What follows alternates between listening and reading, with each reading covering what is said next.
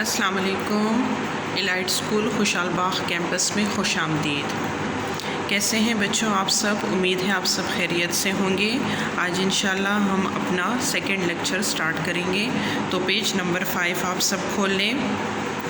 First lecture میں تھوڑا اس کی ریویژن کر لیں گے۔ فرسٹ لیکچر میں ہم نے کیا پڑھا تھا؟ ایمانیات میں پھر ہم نے رسالت کے معنی اور مفہوم پڑھے تھے، ٹھیک ہے؟ کیا پڑھا تھا؟ رسالت کیا چیز ہے؟ یہ عقیدہ رسالت یہ کیا ہے؟ یہ اسلام کا ایک بنیادی عقیدہ ہے، اور اس کا مطلب کیا ہے؟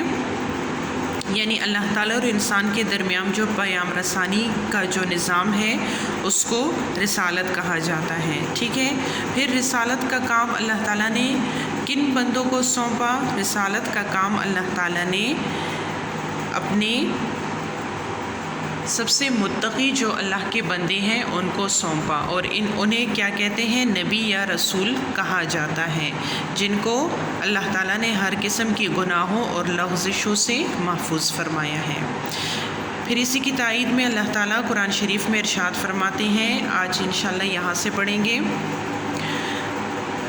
لقد من اللہ علی المؤمنین اذ بعث فیہم رسولا من انفسہم یتلو علیہم آیاتہ ویزکیہم ویعلمہم الکتاب والحکمہ وإن کانوا من قبل لفی ضلال مبین۔ جی کیا ہے؟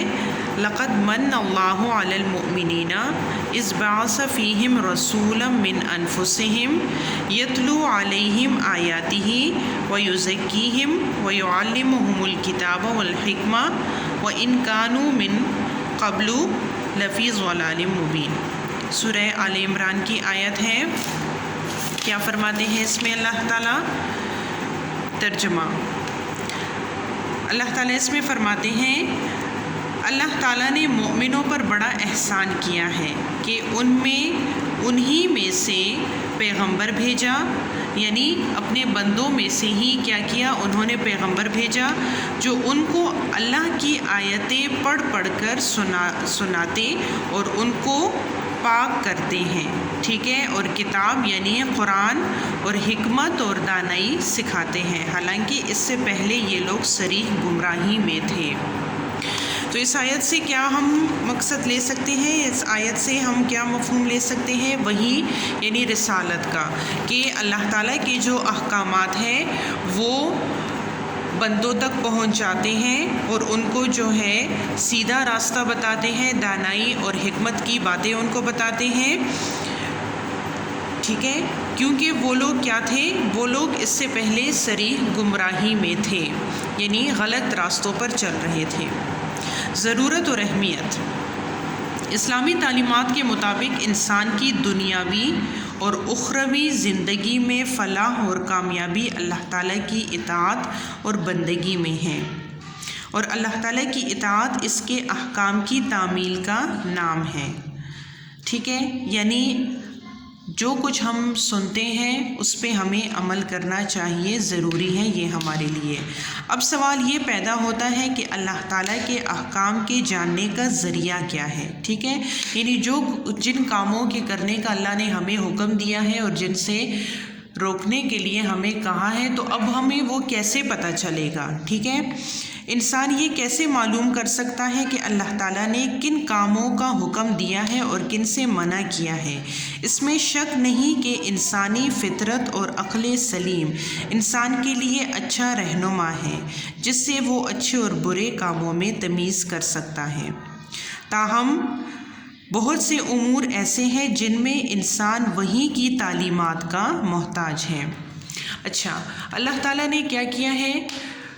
اللہ تعالیٰ نے انسان کو عقل اور شعور بھی دی ہے، اور ساتھ ساتھ اس کو اچھے اور برے کی کیا ہے؟ تمیز بھی سکھائی ہے، ٹھیک ہے؟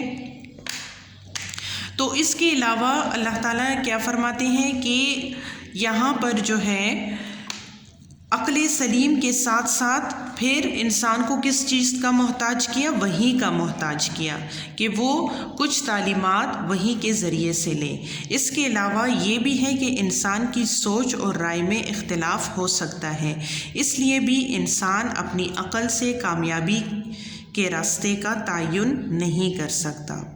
جس طرح ایک انسان اپنی پیدائش اور خلقت میں اللہ تعالیٰ کا محتاج ہے، اسی طرح انسان کو دنیاوی اور اخروی زندگی میں فلاح اور کامیابی پانے کے لیے تعلیمات وحی کی ضرورت ہے۔ ٹھیک ہے، سمجھ آ گیا؟ آگے ہے ختم نبوت۔ اللہ تعالیٰ نے جب سے انسان کو پیدا کیا ہے اسی وقت سے انبیاء اور رسولوں کے ذریعے ہدایت کا سلسلہ بھی قائم کیا، یعنی جیسے اللہ تعالیٰ نے انسانوں کو پیدا کیا، ساتھ ساتھ میں اپنے احکام ان تک پہنچانے کے لیے نبی اور رسولوں کو بھی بھیجا۔ نبوت اور رسالت کا آغاز حضرت آدم علیہ السلام سے ہوا اور حضرت محمد صلی اللہ علیہ وسلم اس سلسلے نبوت کی آخری کڑی ہیں۔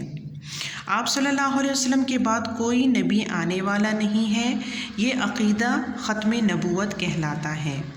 نبی کریم صلی اللہ علیہ وسلم کی تعلیمات قیامت تک کے انسانوں کے لیے ہدایت کا ذریعہ ہیں، اور یہ تعلیمات قرآن مجید اور سنت نبوی کی صورت میں محفوظ ہیں۔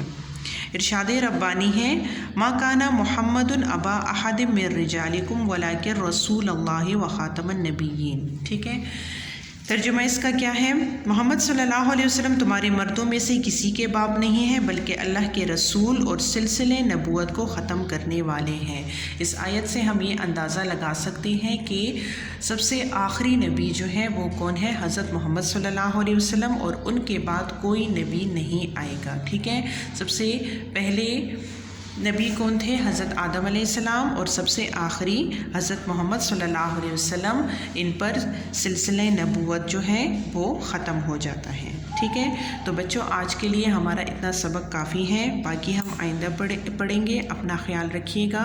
اللہ حافظ۔